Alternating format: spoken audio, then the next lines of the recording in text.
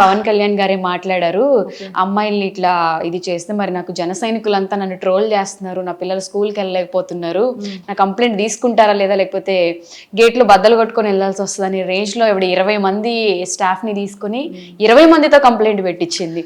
అంటే ఉన్న వాళ్ళు పాపం సెక్యూర్డ్ గా ఉండాలని చెప్పి ఇటువంటివన్నీ కుటుంబ పార్టీ అరేంజ్ చేసుకుంటూ వస్తుంటే మరి అదే వైసీపీకి సంబంధించిన వ్యక్తులు ఇటువంటి కంప్లైంట్స్ పెట్టడం మీరు ఎలా యాక్సెప్ట్ చేస్తారు? నేను దాన్ని యాక్సెప్ట్ చేయను. సో దివ్యల మాధురి గారు ఈరోజు బయటకు వచ్చారంటే దానికి కారణం తనే. తను ఎవరు తీసుకురాలేదు, తను ఎవరో తెలియకపోతుంటే అసలు ఎవరు మాట్లాడే వాళ్ళు కాదు కదా. సో ఇప్పుడు నేను పాలిటిక్స్ గురించి మాట్లాడుతున్నానంటే నువ్వు నన్ను ఒక మాట అంటాం కరెక్టేనబ్బా, నేను ఒప్పుకుంటా. సో నేను వైఎస్ఆర్సీపీ గురించి మాట్లాడాను కాబట్టి, కొన్ని అలిగేషన్స్ వేస్తున్నాను కాబట్టి, ప్రశ్నిస్తున్నాను కాబట్టి నువ్వు నన్ను బండబూతులు తిట్టు, నేను తీసుకుంటా దాన్ని. ఓకే, ప్రాబ్లం లేదు, అది నీ మూర్ఖత్వమో ఏదో నేను తీసుకుంటా. బట్ దివ్యల మాధురి అనే వాళ్ళు ఎవరు అసలు ఆవిడ గురించి మాట్లాడుకోవడం టాపిక్ చాలా అసలు